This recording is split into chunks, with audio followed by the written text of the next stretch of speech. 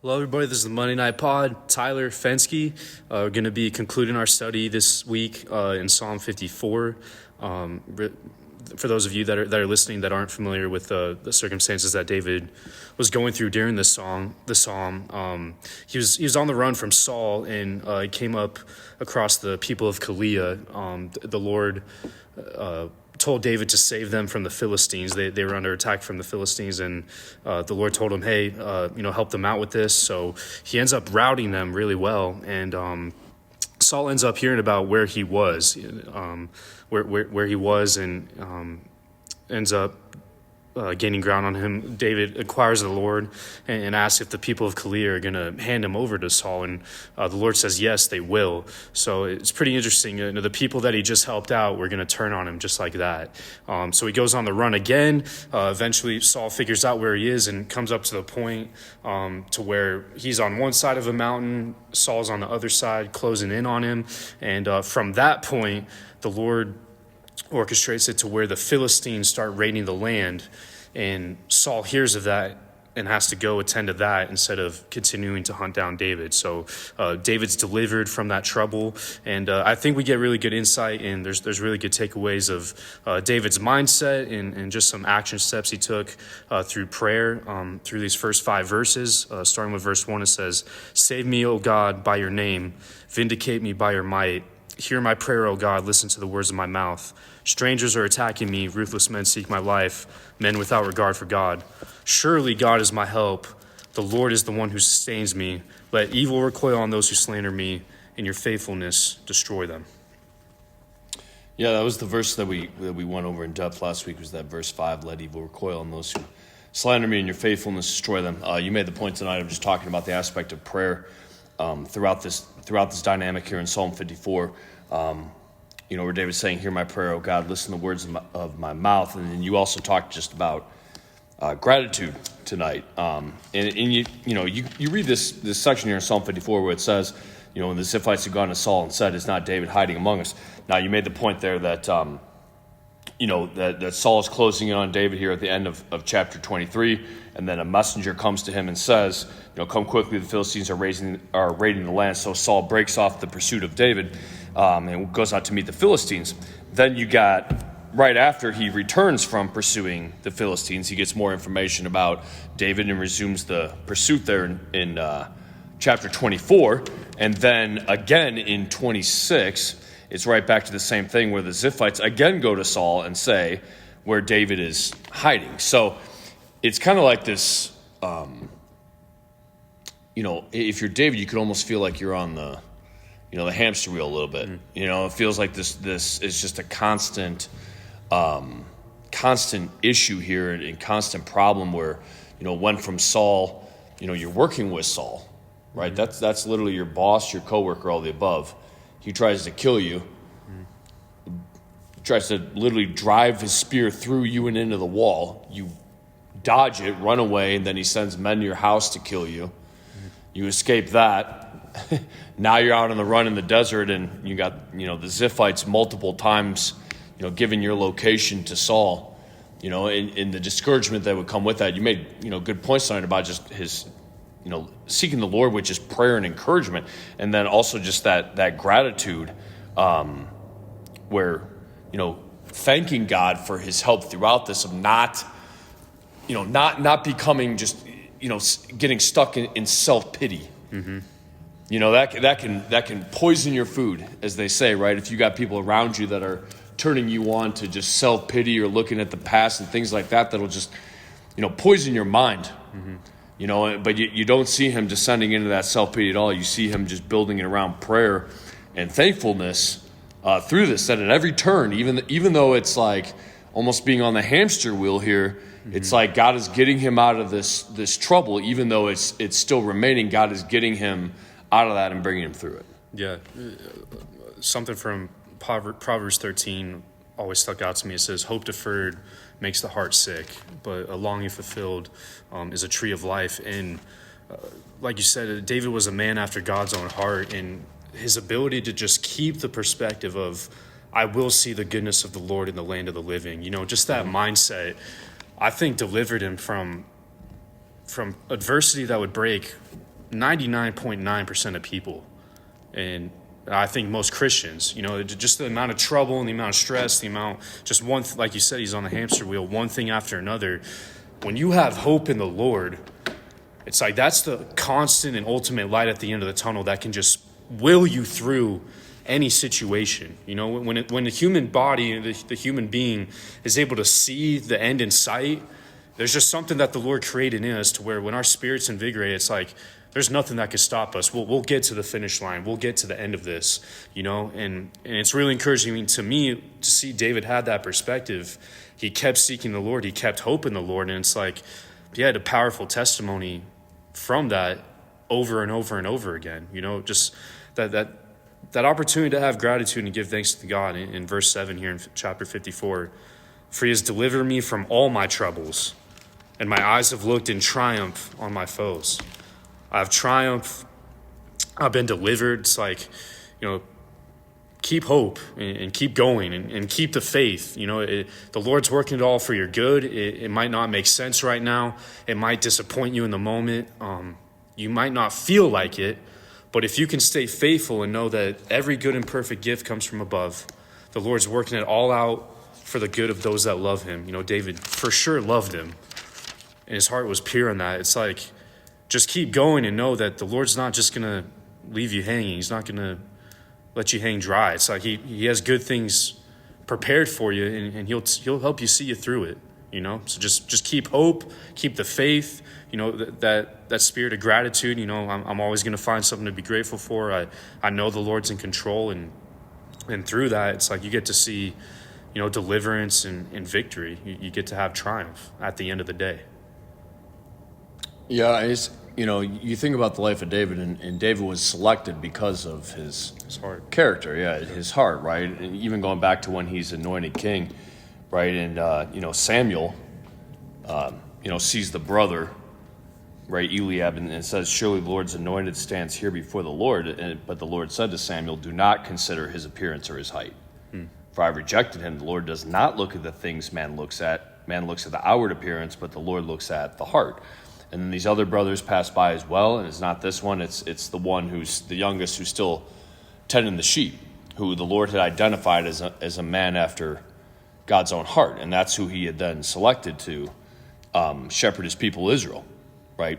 And David shepherded them with integrity of heart, as it says in the Psalms, right? So David's anointed king, right? And then you got this whole, just the process, right, where it's like, God's taking him on this journey where two things are happening, and you see this in whether it's Joseph or Moses, right? Two things are happening. You're being prepared for the destination, and then the circumstances are being prepared for that as well. So two things are going on, right? So God's working out the circumstances for this, and then he's working on you as well in these circumstances to bring you through, right? And certainly a lot of discouragement along the way in the process, right? But that's where you get, God will give you just moments of encouragement, moments of hope, to keep you going and pressing through, right? The vision that has been given to you, right? The calling that God has set on your life, right? And then that journey of working through just the script that God has written through your life, where there's problems, along the way that are going to have to be solved. There's difficulty, but this incredible script of life that God has written for you, that he's bringing you through, but that perseverance is just a prerequisite for that, right? Because if you don't have the perseverance to go through, the difficulties on the journey, then you're probably not prepared for when you actually get there to have the staying power, right? And for him to then be ultimately successful in what he's been anointed for, right? So he's been anointed to be king, but he's not appointed. And there's down the dynamic of him growing into maturity as the circumstances are being worked out, because Saul had to be removed, right? And there had to be this, changing of the guard circumstances wise, where the Lord had determined that Saul was no longer to be king. What had been what Samuel had prophesied, that the kingdom had been torn from him. So all that had to then be taking place as David is being prepared for this role. Yeah. Right? And then it comes down to, like you spoke to tonight, just David staying faithful through the process before he reaches the destination, right? The process of becoming, of maturing along the way, the things that he has to learn through this, and all the difficulties that he goes through that now serve to prepare him to be successful into the role that he's going to step into. Mm-hmm. Yeah, there's two things that stood out to me there. One, as only the Lord could do, he's working everything together, in his own timing. His ways are above our ways, his thoughts are above our thoughts. We cannot be God, and God knows all. He knows the beginning from the end. He said eternity in the hearts of man, and man can't fathom it. The Lord can, right? So why the Lord does what he does and why his timing is what it is, you just have to trust God in that, right? The Lord was preparing David, and it's like when you look back on it, it all makes sense, right? Why everything had to happen the way it happened. Yeah. But only when you look back. Exactly. Right. In the moment, it's not easy to do that. All you can do is be faithful, right? Or forfeit the blessing, right? And so, one, you have to trust the Lord with that. His ways are so far above ours. Only he can work everything together at once, and you just have to trust that. Two, you mentioned great men of God, right? So you mentioned David, you mentioned Joseph, you mentioned Moses. When something that stands out about me in great men of God is the word integrity, right? They were all men of great integrity. Joseph, David, what the Lord had for them, they were faithful over.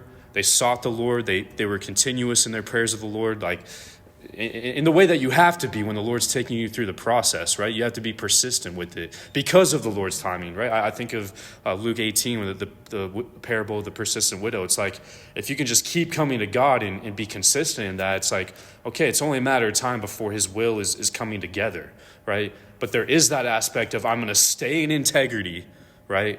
Because the Lord's dealt me according to the cleanness of my hands. I'm going to stay in integrity. I'm going to do what I'm supposed to be doing. I'm going to do it with a spirit of excellence as unto the Lord, because that's the standard that he set for me. And from there, it's only a matter of time until I can see his will done in my life, right? And what a powerful testimony, what a powerful, incredible life to be lived, right? But when you're in the middle of the process, that's the thing to hang on to is, I'm going to hold out hope. The Lord is in control. He's working it all together for me. Every good and perfect gift comes from him at the end of the day, right? It's not on me, right? And I can lift a whole burden off of you. It's not on me. I can just do what I'm supposed to do today, be in integrity, be in prayer, have guidance from the Holy Spirit. Lord, what am I supposed to do? How am I supposed to handle this? And from there, it's like you get to experience it on a whole nother level. Yeah. Hey. You mentioned today in there, I think that's a really important point, and that often gets overlooked, because if you get stuck in worrying about the future, that can, good luck. Yeah, that can really just fill you with so much worry and anxiety, because ultimately you don't know the future, right? And you can't see all the pieces coming together, right? And I think if you're getting caught up in just a lack of faith is being sure of what we hope for, certain of what we do not see. So it means it does not match your current circumstances. If you can see it yourself, that doesn't require faith. Yeah.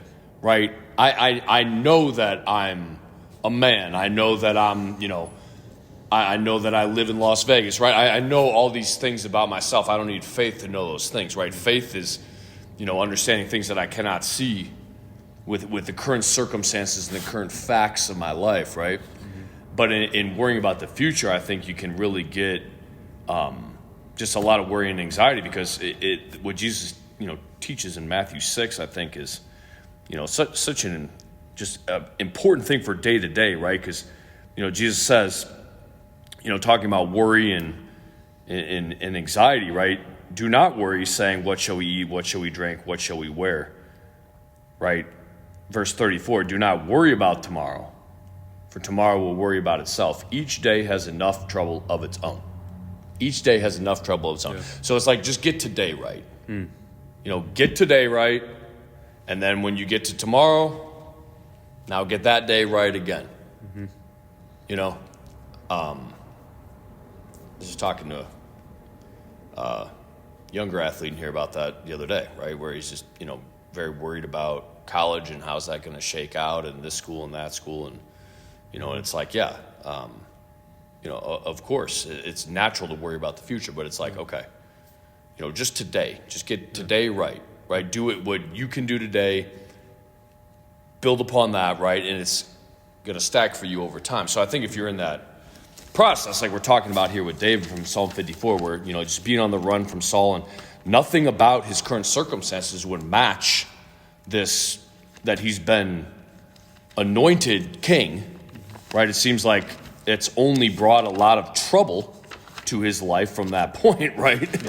And I think that maybe that, if there was that self-pity in him, you'd probably be looking at it like, oh, how much better life was when I was just at home taking care of the sheep. Because ever since he started coming into the palace, right, it's only brought trouble since, right? And the attempts on his life and, like he's speaking to here, just, these people going to Saul, giving out his location, and Saul's trying to kill him, just on the hamster wheel of that. But, there can certainly be that discouragement because the circumstances do not match. But that's what you need faith for, right? Of understanding that this is what God has called him to do, right? Is to be king over Israel. He's been anointed for that.